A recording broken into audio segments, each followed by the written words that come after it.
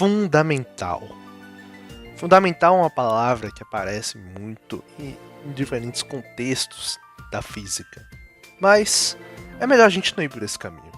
Embora, sim, na ciência moderna, os conceitos fundamentais da física, como quarks, bósons, entropia e causalidade, são, sim, conceitos que, aparentemente, são a base da realidade, né? Por isso que eles têm esse nome, fundamentais. Mas, para se chegar e ganhar um entendimento desses conceitos, na verdade você precisa trilhar um caminho enorme de matemática e de outros conceitos. Afinal, eles são complicados. Porra, como é que eu vou explicar pra você aqui do nada o que é entropia, cara? Não vou explicar. Preciso explicar outras coisas primeiro. Tá, então onde é que a gente vai partir o nosso entendimento da física? Onde é que a gente vai mergulhar nesse mundo da física, né? Tempo. Uma coisa tão trivial, né? Todo mundo sabe o que é tempo, mas ao mesmo tempo, ninguém sabe o que é tempo. O que eu quero dizer é que pare e pense por alguns segundos. O que é tempo? Bom, seja lá que resposta você pensou, é possível que ela caia nos moldes de um período sem interrupção, no qual as coisas acontecem. Mas parece estranho, né, essa coisa aí? Bom, essa definição, embora apareça em dicionários ou coisas assim, ela é circular. Aqui você está me dizendo que o tempo é um período de tempo no qual as coisas acontecem. Mas até você me definir que merda é um período, vai ter essa lógica circular aí, né? Porque você está me dizendo que o tempo é um período de tempo. Então, como assim? Mas calma, não precisa desistir de tudo porque você não sabe definir o que é tempo. Até porque definir tempo é difícil. E também porque a pergunta que eu fiz foi meio injusta com você. O que é tempo nem foi respondida pelas melhores mentes que a história já nos proporcionou, e permanece uma aba em branco na física.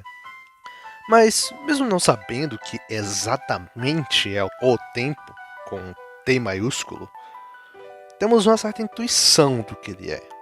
Mesmo que essa frase não pareça fazer tanto sentido, mas vamos lá. A gente vê e sofre os efeitos do tempo em certa medida. E é partindo dessa noção intuitiva, por assim dizer, que começamos a falar da física que conhecemos e entendemos. Isso porque o que nos interessa, na verdade, no momento é como medir essa coisa que aparentemente existe, que é o tempo. Medir o tempo é algo que conseguimos fazer, mesmo que, sim, pareça esquisito, né? Que a gente consegue medir algo que a gente não sabe o que é. Mas pensa na seguinte analogia. Beleza. Você também não sabe o que porras é beleza. Não é lá muito bem definido, mas você tem uma ideia intuitiva dela, certo? E de certa forma, você consegue medi-la, consegue me dizer que, isso aqui é mais bonito do que aquilo ali. Legal, você consegue fazer uma certa medida, né? É a mesma coisa com o tempo. Fazendo medidas do tempo, nós conseguimos fazer coisas interessantes. Mas, legal, então como é que a gente vai fazer essas medidas de tempo? Bom, nós humanos somos bons em reconhecer padrões. Talvez devêssemos utilizar essa nossa intuição barata e observar se algum resultado convincente sai dela. No momento você pode se pegar pensando, pô, o que esse cara tá falando? A gente não tá falando sobre padrões, e sim sobre como medir o tempo. E sim, você estaria certo em presumir que eu desviei um pouco o foco da nossa conversa, mas é aí que você se engana. Padrões tem tudo a ver com a pergunta como medir o tempo. Isso porque, a fim de ter medições de tempo, precisamos de algum padrão a ser tomado como medida, para facilitar um pouco a nossa vida, né? De preferência, uma série de acontecimentos que se repitam, seja um padrão periódico. Precisamos disso porque podemos trabalhar com o período de tempo que uma repetição dessa coisa aí dura. E daí construímos uma base com que trabalhar. Se ao menos tivesse um padrão desses na nossa cara, hein? Ah, sim, tem o nascer e o pôr do sol. Porra, cara, tá lá, ó. Vejamos, o sol aparece num lugar, depois ele aparentemente sobe até um ponto máximo, depois ele desce até desaparecer no horizonte. E Bom, essa sequência aí aparece diante dos nossos olhos basicamente para sempre, né? Com leves variações, tá? De vez em quando.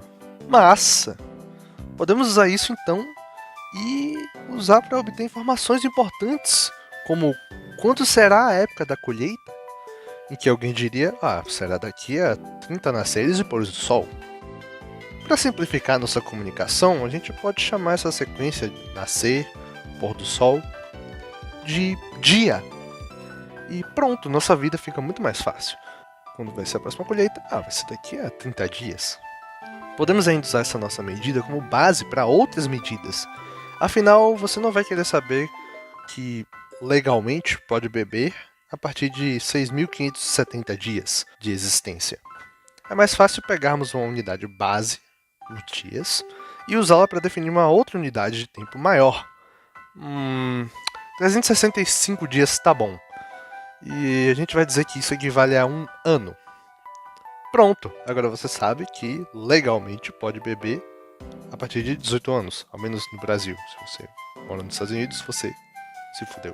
As palavras dia e ano não surgiram exatamente assim, mas a noção que decorre dessa historinha é profunda e poderosa. Medir o tempo é algo que fazemos há milênios e apenas aperfeiçoamos nossas técnicas e sistemas, passando de dias, vindos do nascer e pôr do sol, a segundos derivados do período de vibração de átomos. Mas a base sempre se manteve a mesma: utilizar de padrões repetitivos na natureza como medida desse misterioso tempo. O espaço é aparentemente um pouco mais fácil de definir. Ele é o palco, o lugar que as coisas existem e acontecem. Não que as coisas não existam no tempo também, mas o espaço, diferente do tempo, trabalha em mais dimensões. Isto é, não trabalha linearmente como o tempo, que se limita ao sentido da causalidade, isto é, causa, efeito. Assim como o tempo, é importante medir o espaço, e tal medição nos traz a definição de distância.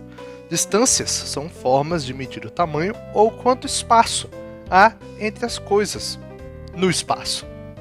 Para medir essas distâncias, precisamos de algum padrão consistente, a fim de definir a nossa métrica no espaço. O que quero dizer é que precisamos de uma referência para que possamos dizer que algo está a X referências de outra coisa. Podemos usar nossas mãos, um pedaço de madeira ou mesmo qualquer outra coisa. Basta escolher um padrão e manter-se nele de forma consistente. Consistência, que eu estou repetindo, quer dizer que se escolhemos, por exemplo, um cachorro como nossa medida padrão, não podemos simplesmente pegar um chihuahua como nosso padrão, medir que estou a 100 chihuahuas de algo e depois dizer que estou a 100 dachshunds da mesma coisa. Isso simplesmente seria, além de confuso, impraticável e inconsistente, porque obviamente os dois cães não têm o mesmo tamanho. Temos de ser mais firmes que isso. Então digamos que nós pegamos uma barra de platina de um certo tamanho e nós a replicamos com enorme precisão, de forma que temos agora algumas réplicas idênticas umas das outras. Vamos dizer que o tamanho dessa barra será a nossa unidade de medida, nossa unidade de distância. Tendo outras réplicas idênticas da barra, agora temos consistência em nossa medida e podemos ficar confiantes dela. Mas só uma medida não é o suficiente para mensurar as distâncias. Isso porque, por exemplo, você não vai pegar sua régua padronizada pela barra de platina e usar essa régua para medir a distância entre dois picos de montanhas. Quero dizer, você até pode tentar fazer isso, mas esse é um pé no saco de se fazer. E, bom, tentar alinhar sua régua com os picos das montanhas não vai ajudar muito também. Devemos então usar uma matemática para facilitar nossas vidas, o que pode parecer assustador, no mínimo incoerente para alguns. Brincadeiras à parte, a matemática é uma arma muito poderosa, que nos empodera de noções valiosas como a geometria, álgebra e cálculo diferencial integral. No exemplo das montanhas, digamos que você já saiba as alturas dessas montanhas, você vai fazer uma figura com as pontas dos picos, e daí usando da matemática pode calcular a distância dos dois picos. Hoje em dia, usamos de métodos mais sofisticados, e cálculos na maioria das vezes muito mais complexos que do meu exemplo da montanha imaginária. Além disso, temos uma medida padrão para distâncias. Ao menos boa parte do mundo tem, né? Ela é o metro. Ele e o segundo formam duas bases importantes nas medidas padrão dos dias atuais, e são definidos respectivamente como o metro é a distância percorrida pela luz no vácuo em 1 sobre 299.792.458 segundos. E o segundo é, em termos muito brandos, 9.192.631.770 períodos de vibração de um átomo de Césio-173. É a partir desses dois conceitos, espaço e tempo, que nós temos as nossas aventuras pela física.